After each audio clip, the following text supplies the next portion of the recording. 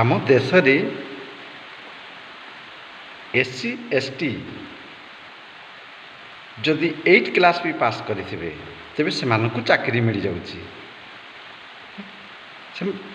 ତାଙ୍କର ପିଲାମାନେ ଟାଇଫେନ୍ ପାଉଛନ୍ତି, ହଜାର ହଜାର ଟଙ୍କା ପାଉଛନ୍ତି।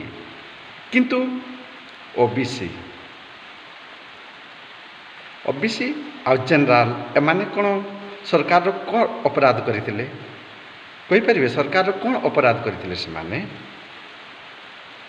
ତାଙ୍କର ଛୁଆ ଯଦି ସେ CT ବି ପାସ୍ କରିଥାଏ ମାଷ୍ଟର ଚାକିରି ପାଇପାରିବ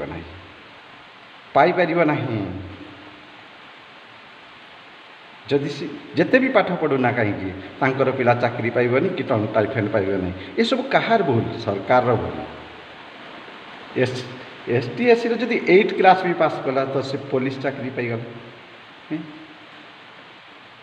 OBC ଜେନେରାଲ କ'ଣ ସରକାରଙ୍କର ଅପରାଧ କରିଥିଲେ? ଆପଣ କହିବେ ଭାରତର ସମାନ ନାଗରିକ, ସମାନ ଦେଶ, ସମାନ ଅଧିକାର।